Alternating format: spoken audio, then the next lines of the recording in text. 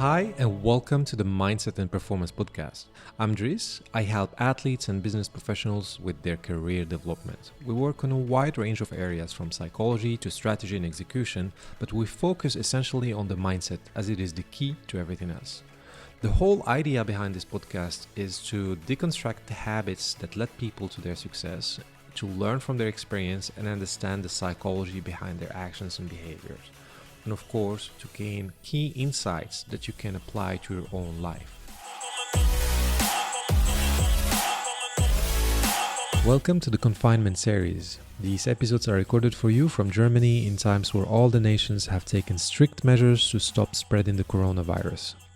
With this new and unique situation, many of us are challenged to live in conditions that they are not used to, which is why I'm bringing experts in different fields to give advice and intel on how you can manage your everyday, your health, physically and mentally, your relationships, your business, and your emotional well-being. So, without further ado, our next guest. Douglas, how are you? Good. How are you? How are you doing today? Yeah, I'm pretty good. I had a nice chill morning. Took it easy on a Monday. Usually it's a roller coaster, usually on Mondays, but I took it easy.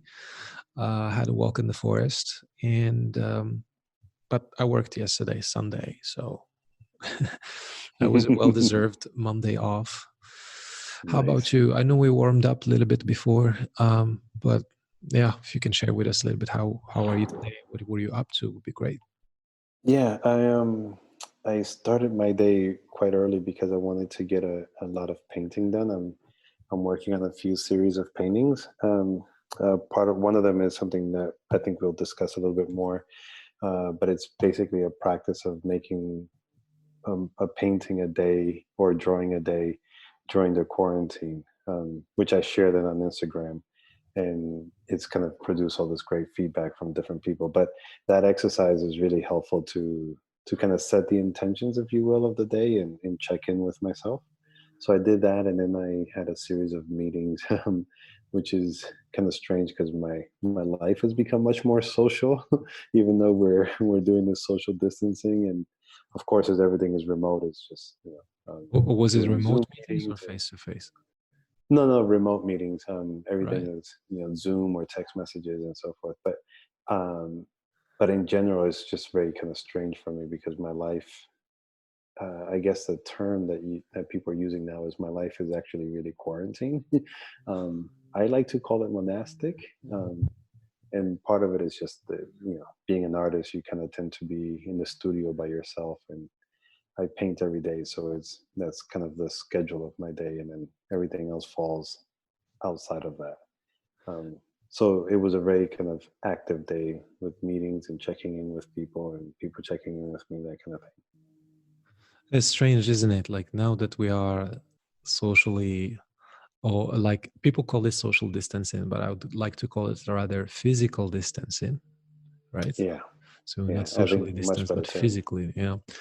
And instead of quarantine, I would say, it sounds a little bit cheesy, but retreating for wellness. Well, I think when you do it mindfully, it can become that.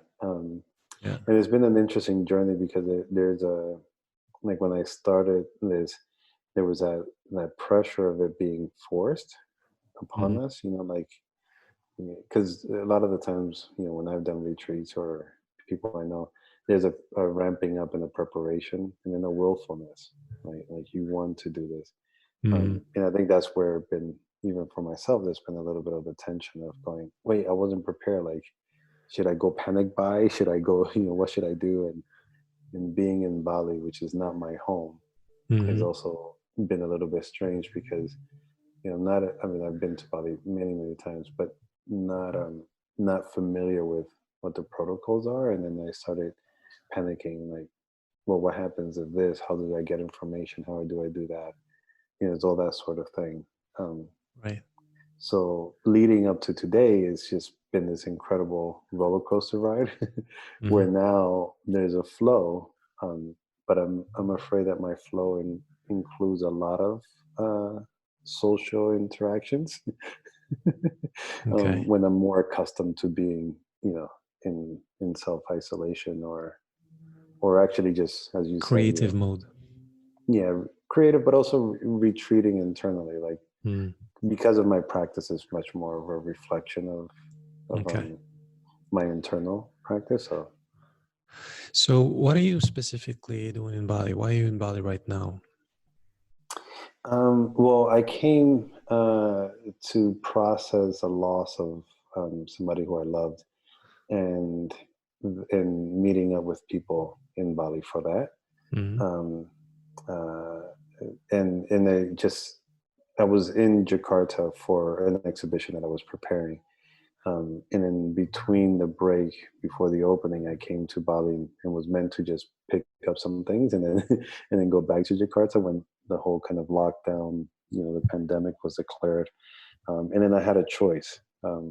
If it felt, I didn't think of it at the time as a choice, but I realized that I could have probably done more if I wanted to, but it was a reluctance and a pushback. So part of it was really tapping into how I was feeling and what I was thinking, and then realizing that I did make a choice by saying no, I'm going to stay here in Bali, Right. even though I was very unfamiliar with certain things. But it was a kind of a mindful decision at some point around that. Yeah. So and then I just kind of decided to stay, which is now an indeterminate amount of time. Mm. And we don't know. Nobody knows. Certainty is absent right now. I Nobody guess let's knows. just live in the present. You said a couple of things that I pinned, and Which I'd is like to go back to. Yes, go ahead first, please. yeah. Which is? I just want to, like just what you said is kind of really fascinating because a lot of the things of my practice have to do with impermanence, Mm. um, and that's something is an interesting thing. Like as much mindfulness as we bring to certain practices in our daily lives, when we get sometimes pushed from the outside, it it can rattle the cage, if you will. And so part of what I've been trying to do while being here is to go back to the foundations of my practice and specifically my art practice, Hmm. but also my Zen practice and trying to think about, like this idea of impermanence, which is kind of on some levels is the antidote, if you will, to the desire, the need for certainty. And what I mean by that is just like surrendering to the fact that everything is impermanent, good, bad, you know, okay things, that everything just kind of will become impermanent at some point. Um, Nothing and I, is final. Nothing is final, yeah, right? yeah, Mm. and I think that really has helped me think through this condition, Mm. in this new reality, if you will. Mm. I'm pinning a lot of what you're saying now because there's a lot of things that we can go back to, but I just feel like we should start with introducing ourselves so people know who they are listening to. I mean, of course, I'm going to put that on the bio and everything, but how about we start with that and then we go back to these things that I pinned because I think they are very relevant not only to your life but to and the conditions and circumstances that you have been going through recently, you said, but also to what's going on right now in the world and um, the surrender and the process and like processing things and tapping into feelings and thinking and all of that. So Douglas, where are you usually based? That is a tricky question. The short answer to it is I'm based out of my suitcase. Uh, I have a studio in Japan and I have another one in Thailand. And the Hmm. one in Bangkok is my main studio. But I should say, my name is Douglas Diaz and I'm an artist. Um, Started practicing art about 5 or 6 years ago. Before then, I did a whole lot of other things, all sort of related to the creative fields. But the major distinction between that life and this life is that in the other one, I was doing things uh, within structured environments that had to do with either teaching or working in companies and other structures, addressing really kind of client work. And the big shift of my art practice has to do with deep dives into myself and trying to understand who I am and um, kind of really tapping into the idea of the self and the creation of the self. So unearthing why I do certain things, what my taste is, or like what my beliefs are, and kind of questioning all of that. So that's really the kind of large divide in my life up to now. Um, and I, sorry, there's a certain amount of mindfulness in the way that I go about my days now.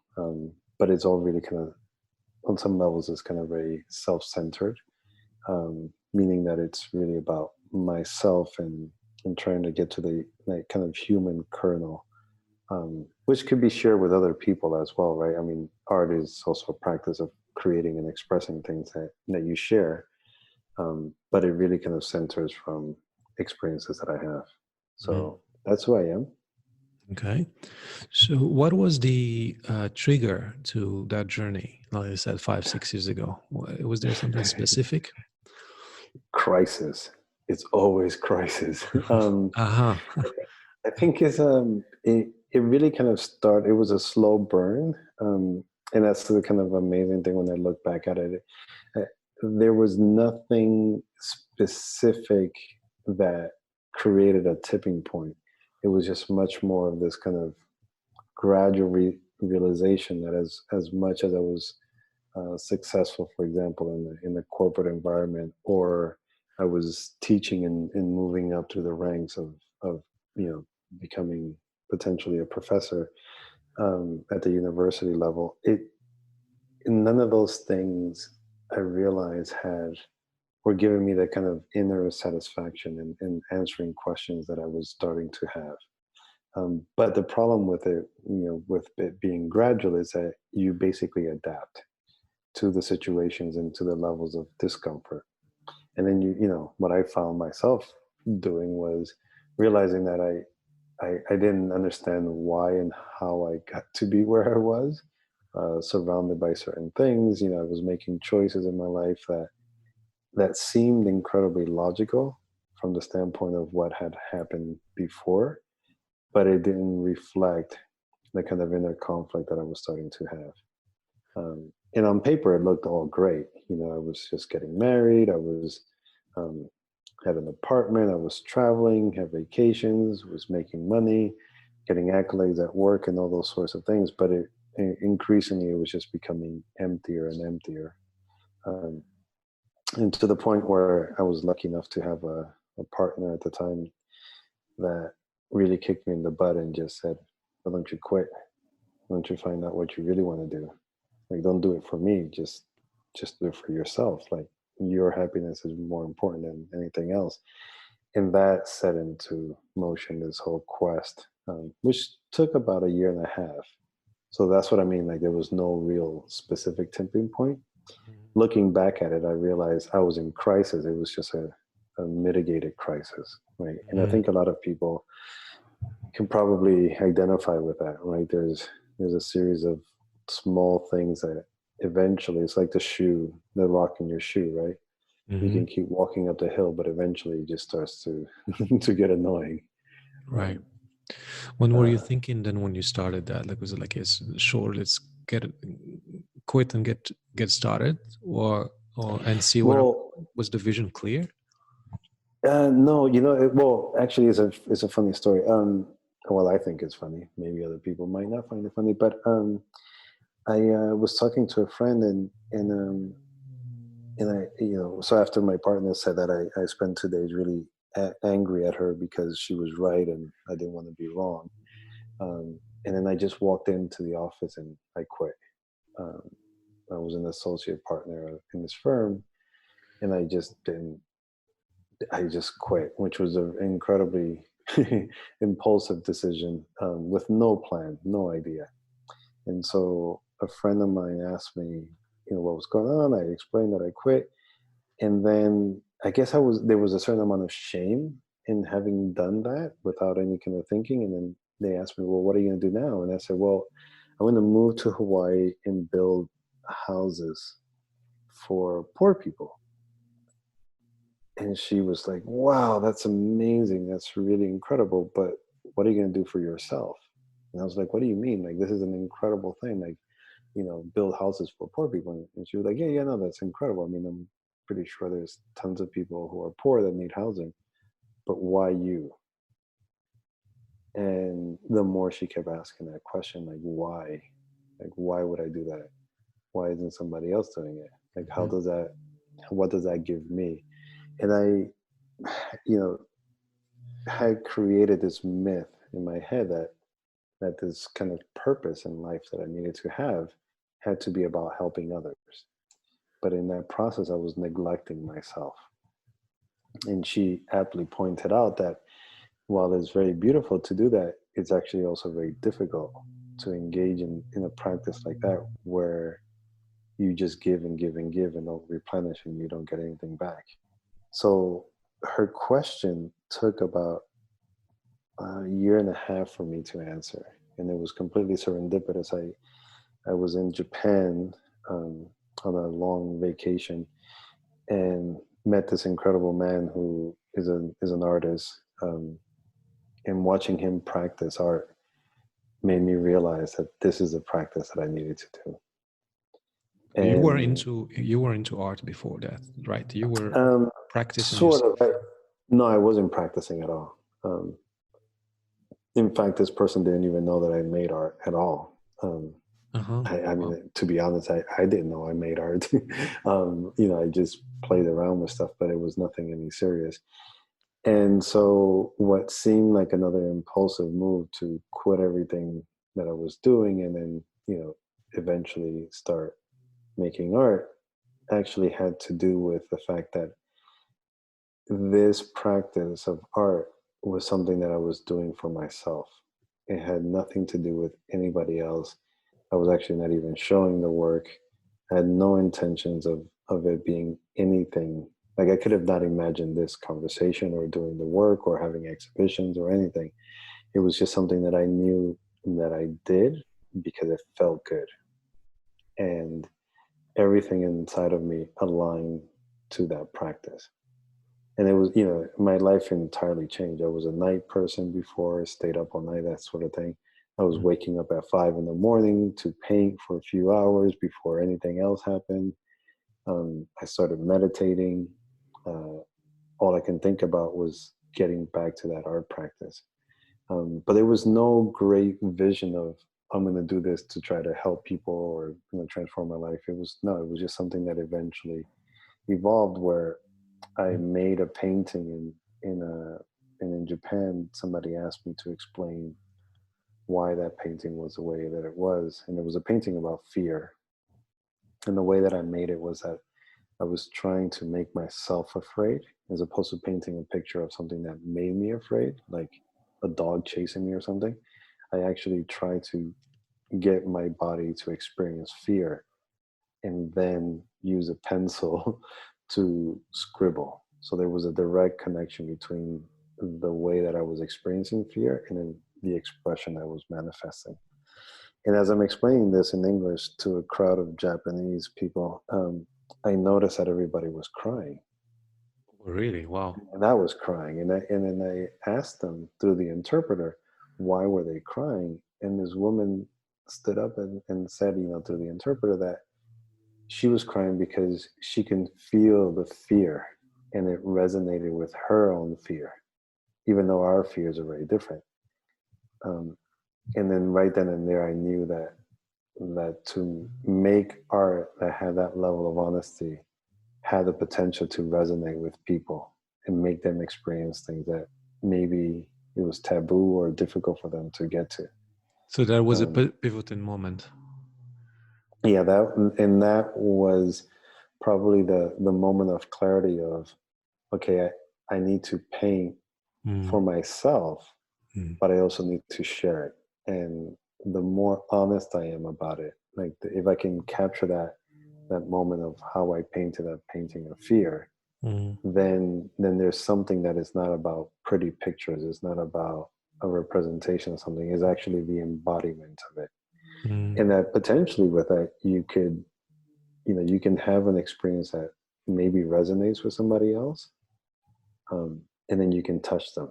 Uh, and then I've had, since then I've had moments like that with other people and throughout exhibitions and so forth. And that's what I've kind of come to understand is don't know if it's my purpose, but it's definitely a kind of a vision for how to make the work that I make. I see. I wanted to ask you before, why painting? Why painting? Is painting specific for you, or like is painting something has been something more special for you? Like why not like I don't know an artist of sculpture or Hmm. music even? Yeah, that's a great question. The thing is that when when I was in Japan, when I met that man who eventually became my shisho, which is a Japanese word for master. Um, it was interesting because he gave me pencil and paper, and my first, I don't know, my first 100 drawings were were absolutely awful, um, and nothing to share, nothing to see.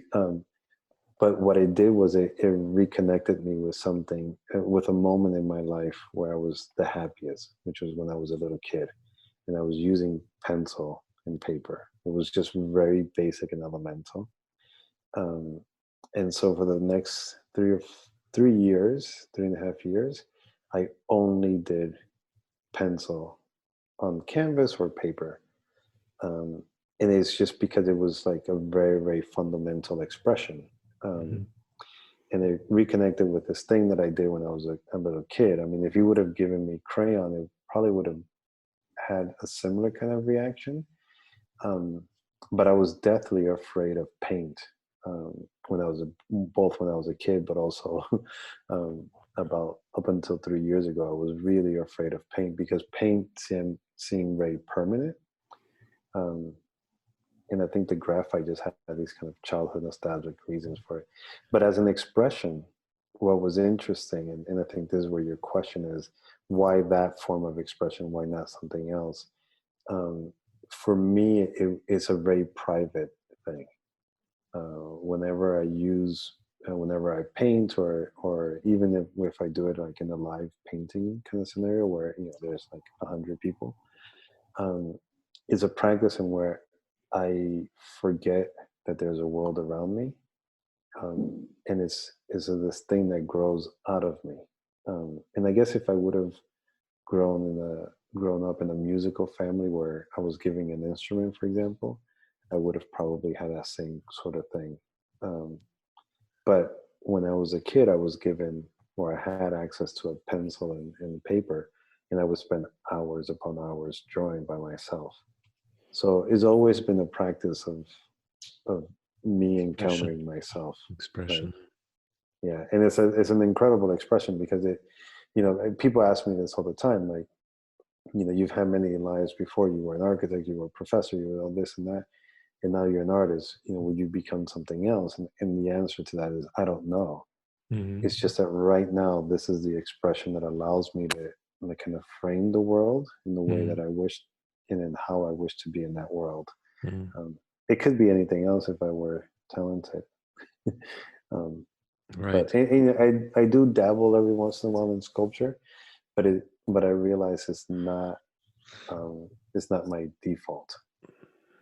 Because I remember when we met, you were not doing painting. I think you were more in Yeah, the drawings, right? Is that correct? yeah, Mm. completely, yeah, for sure. Good to see how things evolved and how your expression um, evolved. I'd say that's the word that comes in mind now. I wanted to ask Yeah. you about that journey. How was that journey for you? Like from the moment where you had that sort of shift and Hmm. maybe vision in Japan, when you described the moment where you expressed or spoke about the fear to the crowd that was around you, Yeah.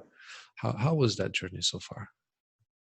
Well, it's actually, like with any journey, there are ups and downs, and there's a lot of things that kind of happen along the way.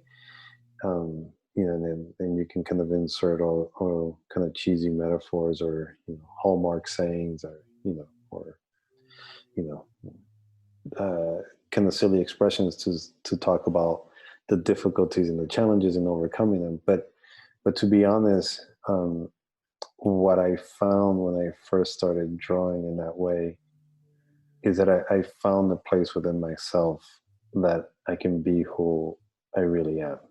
Like there was a level of honesty there because there was nobody else, right? I wasn't doing it to sell it. I wasn't doing it for anybody to give me accolades or anything. I was just doing it because I felt I needed to do it. And that has allowed me to weather any kind of aspects of this journey. So one of the most challenging things, believe it or not, is actually when you start to get some level of quote unquote success, right? Like when people start to say, "Oh my God, your drawings are amazing," or do you want to have an exhibition? And within a year or two of starting to paint, I found myself doing 5 exhibitions a year. Um, and so it's very easy to kind of get caught up in, when people start to say, "Oh my God, this is amazing," and so forth, because it's very easy to get lost and to lose your own path and to lose your own voice. And so that's been something that I've been trying to stay very mindful of, is to say, okay, I know you like this and this might be selling or people might really want this, but I need to move on from that expression or that style. And it's the same thing of like, after a while everybody's like, "Oh, you're the guy who does black and white, you do massive drawings and with pencil." And it was very easy to say, "Yeah, that's what I do." But at some point my journey was pushing me to change. And when you make that change, there's a lot of fear because you don't know where it's going. But that's when for me at least, that's when I actually will retreat back into myself and say, "Okay, I I remember this feeling of uncertainty, this feeling of the risk that you're going to take." And that's when I use that moment to kind of jump into the next step. Um, you know, it sometimes you fail, right? It kind of falls incredibly flat, and sometimes it works out really well. It's really challenging when with an art practice to know what is successful and what isn't, because once again, success isn't measured because people want to hang it on their houses and they pay you for it. Success for me looks like, have I evolved as a human being by making that? Was I able to express something that I couldn't express before? And so I've along the way I've kind of built a series of guidelines for what allows me to kind of evolve and know that this direction is something to pursue or isn't something to pursue. And I think that's something that's very personal for everybody. Mm-hmm. I can imagine. And you mentioned also a couple of times the word process, like it's a process of painting that you do like in every day right now with this project you have Hmm. been in Bali, but also as a process of, um, I guess, dealing with self, dealing with crisis, dealing with identity. Could you explain more? How do you do that process, or what does that process represents for you? How what's your Yeah, approach? Mm. that's a really good question, and I think very kind of timely. The thing that's probably the hardest to decipher, right, is who are we at any given moment, right? That question around identity. And what I've done is pretty much anytime I start a project or even when I start a painting, most often I ask myself that question, like, who am I today?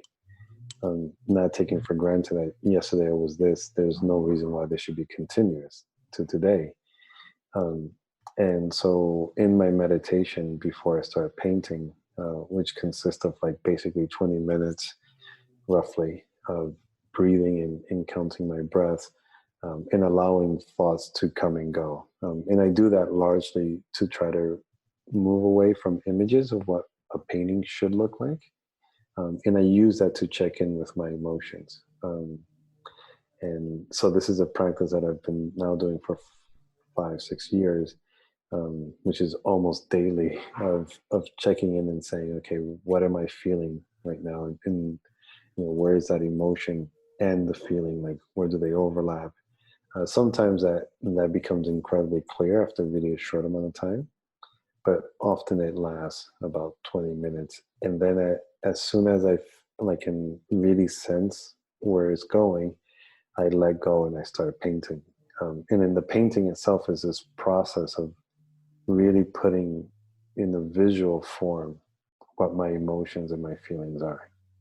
And so it becomes is a very that's what I was saying is a very kind of self-centered practice because it's like a mirror that's actually revealing who I am at this instant. Um, I've evolved the practice to the point of now saying, okay, I'm going to develop a theme around a body of work. So, you know, last year I was very interested in the relationship between the masculine side and the feminine side that we all have within us.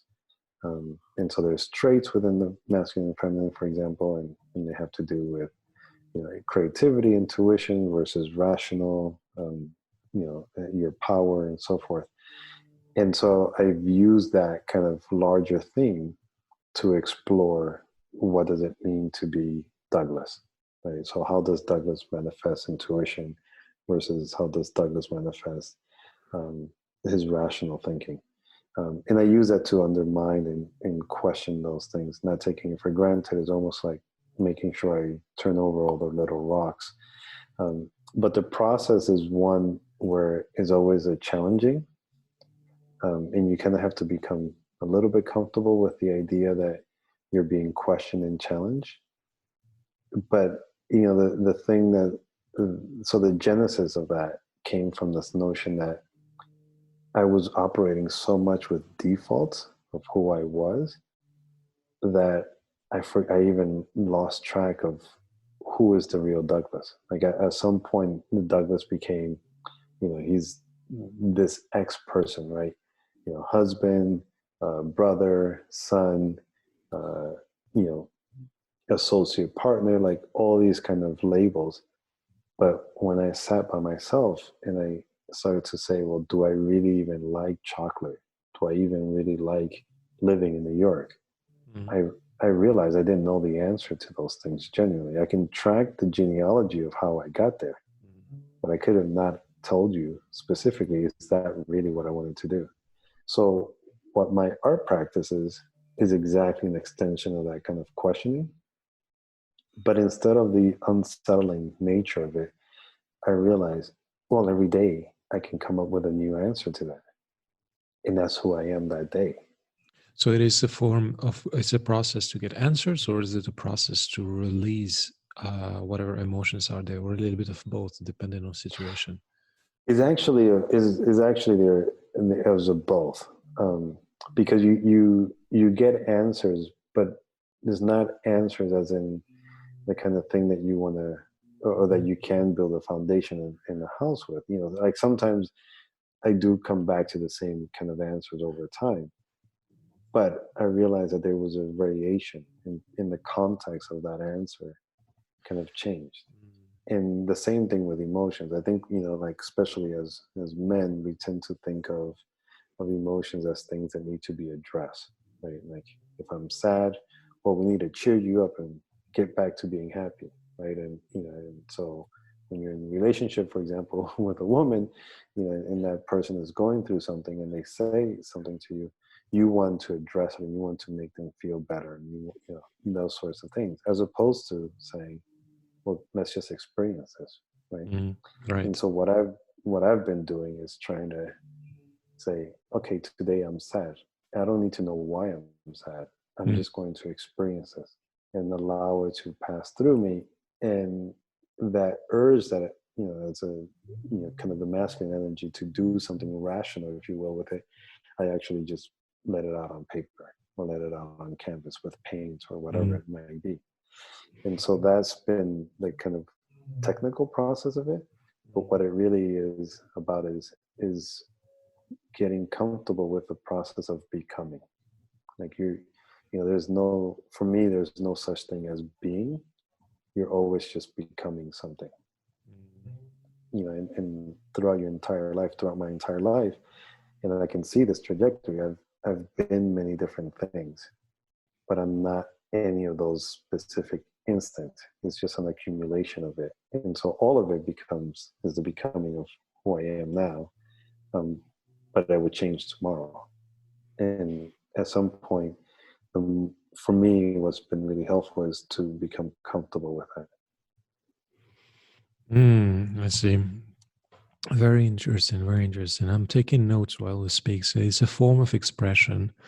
It's a way to find answers. It's a way also to become. So, like through that process, you become. There's becoming in it. Correct me if I'm wrong. If I'm going away from the Yeah, core yeah. there. No, no. Yeah. And the thing that's interesting is that I think that the difference, going back to this question around purpose and vision, because I've never set out to have either one of those. Um, Sometimes I think that's a kind of mistake, but who knows? Um, the becoming never arrives, Mm, right? Because I'm not aiming towards something, but I guess one could use this to say, okay, I'm going to make these small adjustments to say, you know, I'm going to become more in tune with my emotions. I'm going yeah. to become more compassionate. I don't have those kind of goals. Mm, If anything, I'm just trying to engage in whatever flow occurs and try to experience it as best to my ability. yeah. That's kind Yeah. of in Zen. There's that notion of like um, you don't try to be enlightened. You don't you don't try to have reached nirvana, but you aim in Right. that direction, right? There's a kind of a guiding light that drives you. How you get there, how does the road change? Like, do you even get there? Like, all those things are outside of the scope, if you will.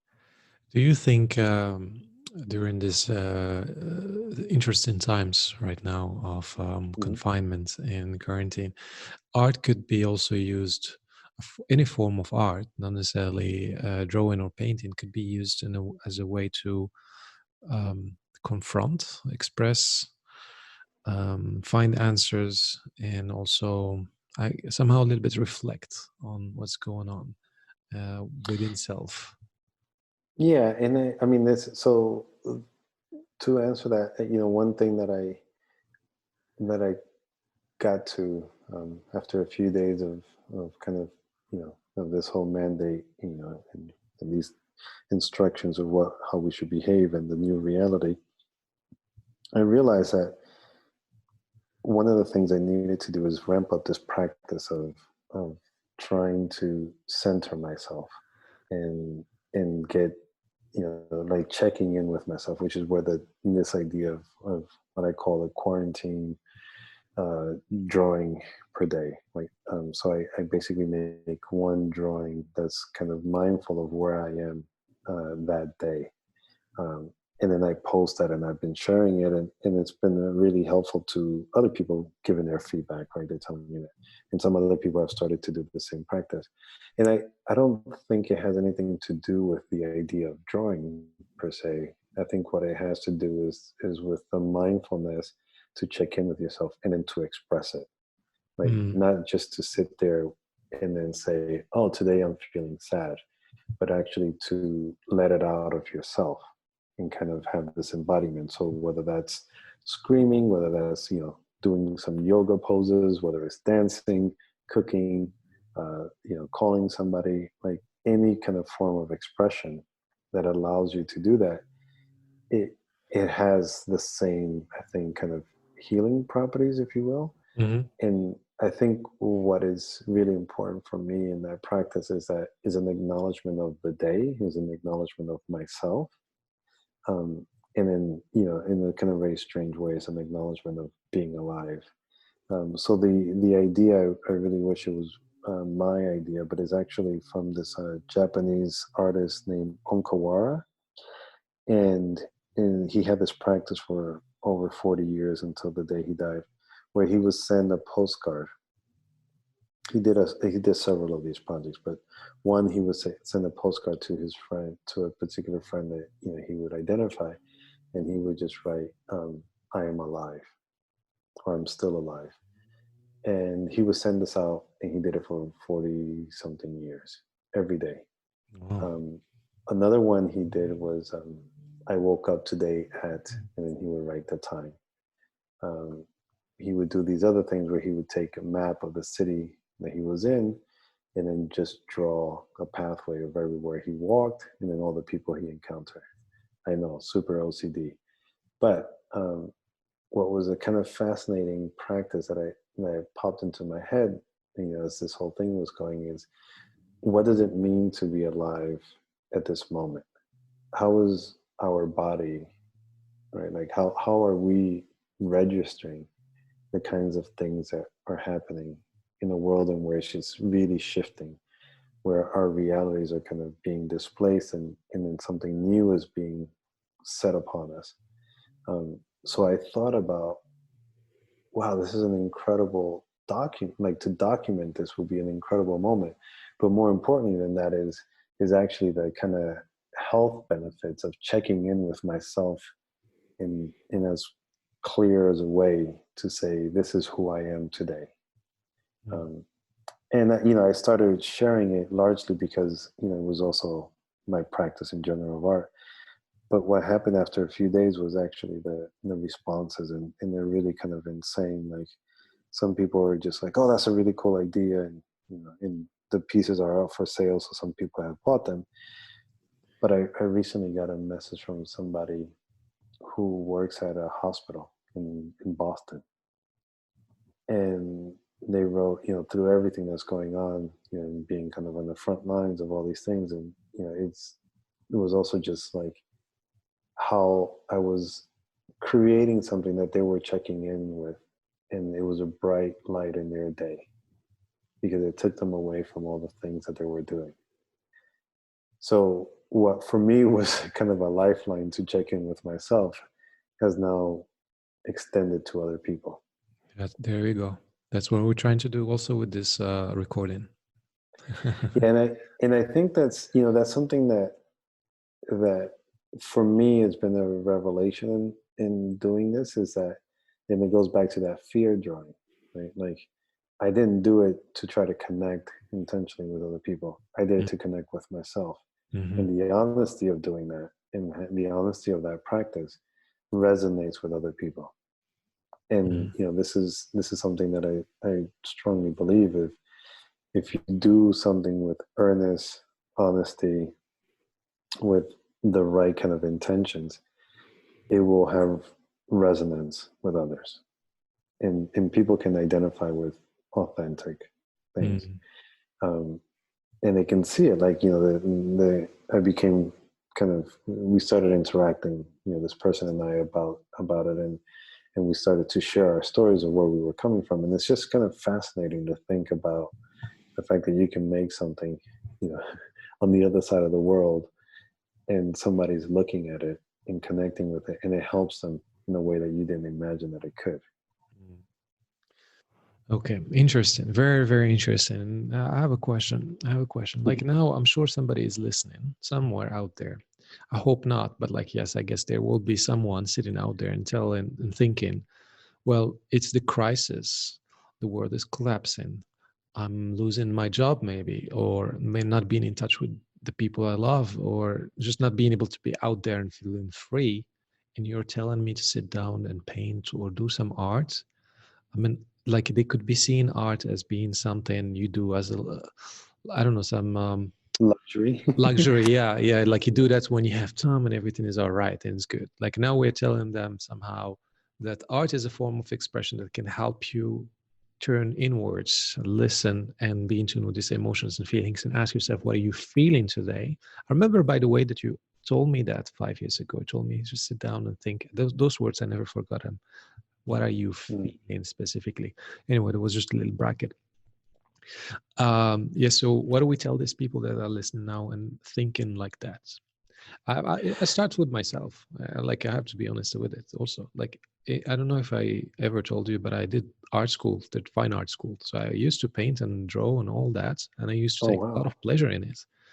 A lot of pleasure. And also, it was me somehow back in the days to be, like, I don't know, let's call it labeled as an artist somehow. But I lost it. I lost it, and every time, like same with playing music, playing bass guitar. I used to Yeah. play a bass guitar, and I'm telling you here, maybe 16 years ago, and since I touched Hmm. anything, and I want to do it, but something is holding me back. Something is like, you're probably going to be very bad at it, kind of thinking, or you will feel bad about yourself touching that again. I'm saying this example because I think people might relate to that also. What do you think? Yeah. I mean, I think those things are incredibly valid, and there's always the judgment, right, that we have uh, for ourselves, and which is often more critical than the kind of the external, right, or outside judgment. But one of the things that I think is important in this moment, given everything that's happening, right, the biggest thing is that what we are feeling collectively, I believe from the things that I've noticed and seen, is a sense of lack of control, being disempowered, um, being uprooted because our realities have shifted, right? And there's a lot of people who can speak very eloquently about the problems of humankind in this condition, is that we are social creatures, and we're being asked to distance ourselves socially.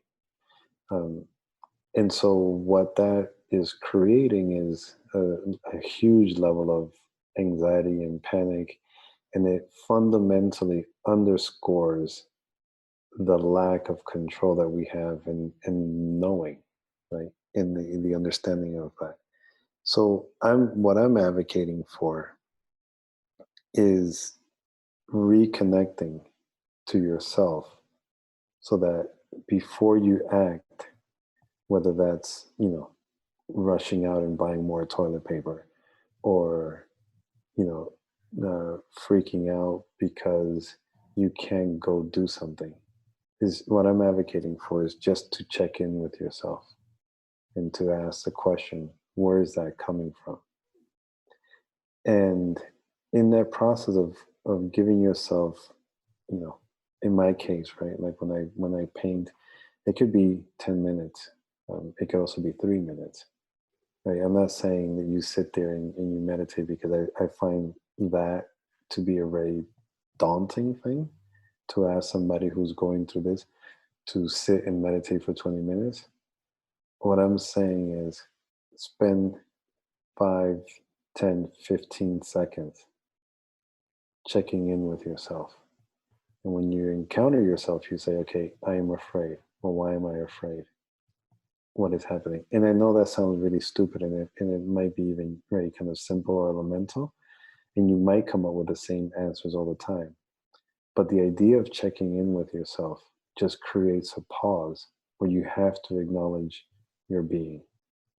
And there's people obviously on the front lines of this. There's people in hospital beds with loved ones that are sick. Like, I know a few people who have the coronavirus, and they're in different stages of going through it. But it's not, and this isn't going to solve it.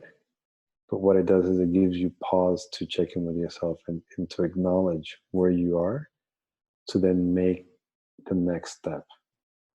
And to me, that's all that we can really do, right? Like, the vast majority of people, that are not doctors, that are not in the front line of things, this is what we can do to help bring this level of panic and anxiety down.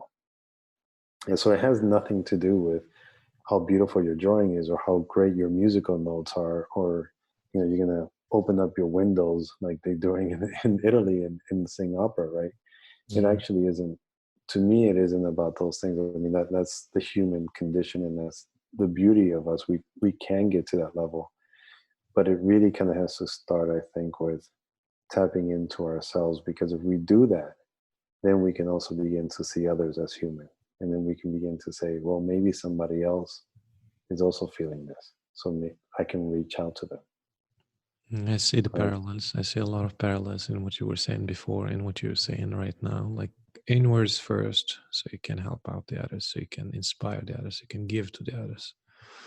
Yeah, and I think, like, what's happened, even before I started this kind of quarantine drawing a day, it was actually, recognizing that I have friends in different time zones around the world, which I know I'm very fortunate to have that. And so I made a mental check. If I get really freaked out, I can call somebody at midnight. I can call this friend at midnight because they'll be awake. I If will it's be 3 in the awake. morning, I'll call this person, right? And just having that mental check allow me to say, okay, well, I'm not alone Mm. in this. And it had nothing to do with, oh, this person is going to be able to cheer me up or calm me down. It was more like, and I never did it. I never called anybody in the middle of the night, but I just knew that I had that. But I would have not thought of that had I not checked in with myself. Yeah. Yeah. Well, I'll be there if you need to call me. Thank you, man. Who knows, right? Because this will. I mean, this is the other thing. Is like, I think a lot of people are like, oh, it'll be 2 weeks, it'll be a month, and I don't want to scare people who might be listening to this because we don't really know. It might Yeah. be shorter, it might be longer. Mm. And what I've realized is, this isn't a thing of stamina. This isn't me bracing myself to see if I can outlast it. This is actually me just accepting that I don't know what's going to happen, but knowing that I have a foundation within myself that can allow me to endure and to deal with it. Mm. And I think, I guess, is anything, that would be the reason why to do a practice like that, is to give yourself that, to say, it's a way that I was told about how to deal with claustrophobia, right? Like, whenever you encounter claustrophobia, somebody, a psychologist once told me, well, you didn't die last time you had claustrophobia, so why do you think you're going to die now?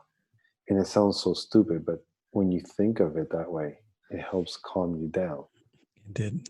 I know what you mean. Because it's just a perception, right? Mm. Um, and it's the same thing. Like, well, I was alive yesterday, I'm alive today.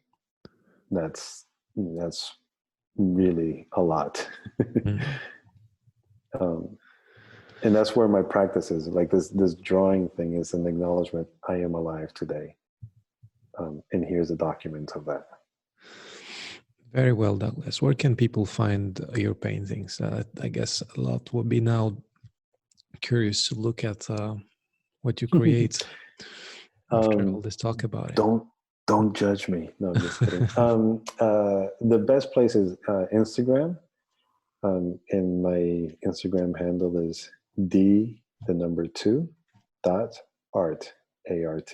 So that's D like in Douglas, number To 2 art. dot art. Right. Okay. And you're working on that this project. I mean, this practice that you're doing right now is going to be exhibited also, you think, or is it just? I don't know. No. I didn't think of it as in with that intention. Um, I'm doing some other things that at the same time, which have to do with this kind of daily process. But this, I feel like it kind of just needs to live in this space of Right. at this moment, right? Not with any kind of further intention. Okay. Do you have, or are you into doing live action, like live painting, for example, or drawing?